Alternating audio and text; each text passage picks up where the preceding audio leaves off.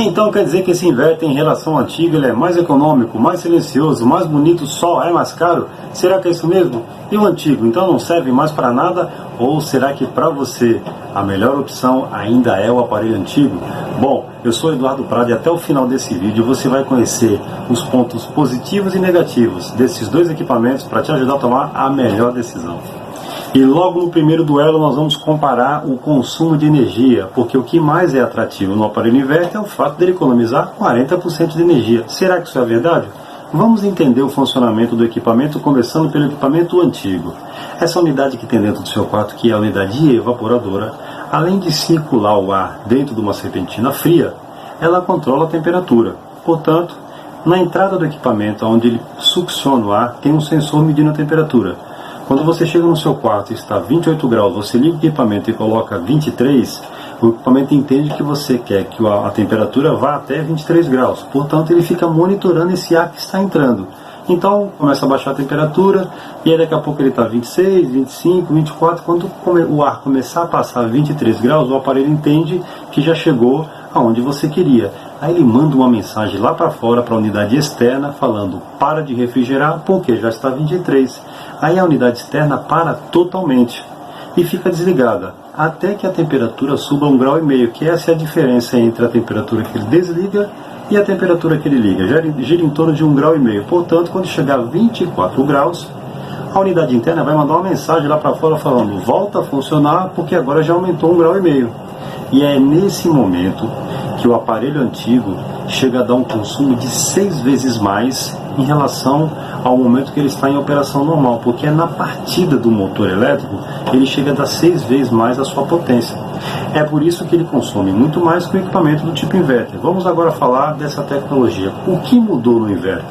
Por que ele economiza 40% de energia? Justamente porque ele não desliga mais o seu equipamento. O que acontece?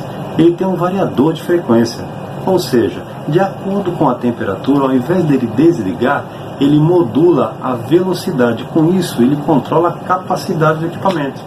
Então, quando você chega no seu quarto e tem um aparelho inverter que está a 28 graus e você coloca 23, à medida que a temperatura for caindo, ele vai diminuindo a rotação. Mas quando comparamos com o equipamento convencional, perceba que ele liga e desliga 100% toda vez que atinge a temperatura. Já o inverter fica variando a rotação do compressor de acordo com a necessidade, inclusive aumentando a capacidade em 10% sempre que a diferença de temperatura for muito grande. Com isso, sempre que colocamos 23 graus no controle remoto e o equipamento consegue atingir essa temperatura, só acontece variações de décimos, mantendo a temperatura em 23 graus. Com isso, não existe mais um pico de partida, e é por esse motivo que ele economiza 40% em relação ao equipamento convencional. E vamos avaliar agora o nível de ruído. Vamos separar entre a unidade interna e externa. Quando comparamos o equipamento inverter com o convencional, em todos os quesitos, o inverter é superior. Isso porque, com a utilização do variador de frequência, ele consegue ser mais eficiente porque ele modula a rotação sem ter que desligar o equipamento. Com isso, o ruído de partidas de compressor e funcionamentos constantes não acontece no inverter, porque uma vez que ele começa a funcionar, geralmente ele vai reduzindo a capacidade. Em alguns casos, o equipamento é tão silencioso que você precisa chegar próximo a ele para confirmar se ele está ligado. Já o equipamento convencional, ele tem um funcionamento constante e ainda tem o incômodo de ficar ligando e desligando várias vezes. Se o equipamento ficar próximo do quarto, numa sacada, você consegue perceber esse barulho dele ligar e desligar. Portanto, no quesito nível de ruído na unidade externa, o inverter é superior e não tem o que falar. Agora vamos falar da unidade interna. Como os equipamentos já estão mais modernos, mesmo os que não são inverter, existe uma diferença em alguns casos muito pequena, que só é possível medir com um instrumento chamado decibelímetro, porque o nível de ruído é medido com uma unidade chamada decibéis. E nós temos equipamentos no mercado hoje, do tipo inverter, que varia o nível de decibéis de 19 a 39. E também temos equipamentos convencionais que estão ali muito próximos. Portanto, em alguns casos, só é possível medir essa diferença com um instrumento chamado decibelímetro. Agora vamos avaliar custo de manutenção. Bom, certa vez um cliente que nós atendemos na Grande São Paulo me ligou pedindo auxílio porque ele estava na fazenda dele, o equipamento tinha dado um problema e lá tinha uma pessoa que geralmente fazia serviços na região e estava com as dúvidas. e pediu se eu não poderia auxiliá-lo. Eu falei, lógico, ele me passou o telefone e eu entendi que era um equipamento inverter. Eu pedi para que essa pessoa fizesse algumas avaliações e me passasse algumas informações técnicas, fazendo leitura do equipamento.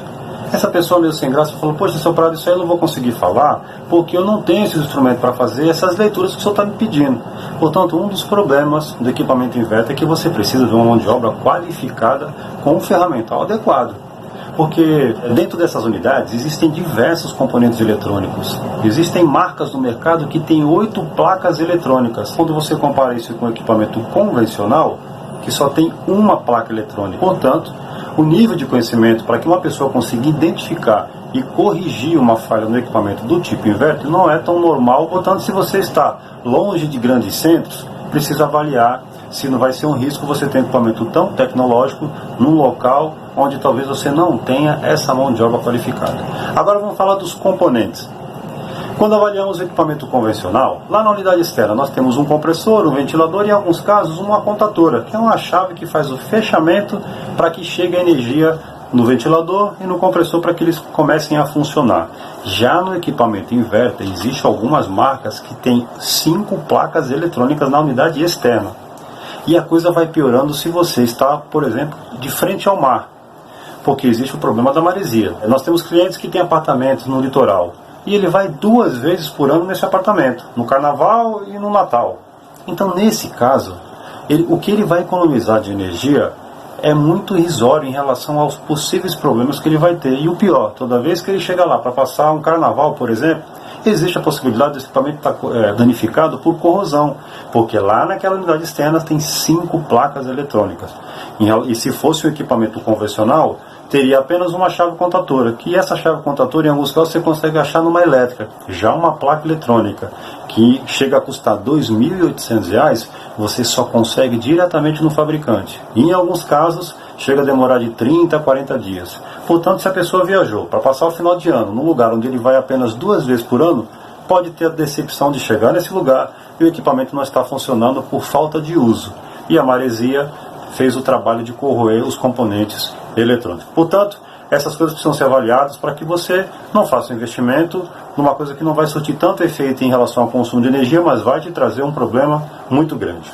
E toda vez que eu termino um treinamento, uma palestra ou faço alguma reunião com algum cliente para definir entre convencional e inverter, as pessoas agradecem todas as informações que eu trouxe, mas me falam, quero saber a sua opinião. É inverter ou é convencional?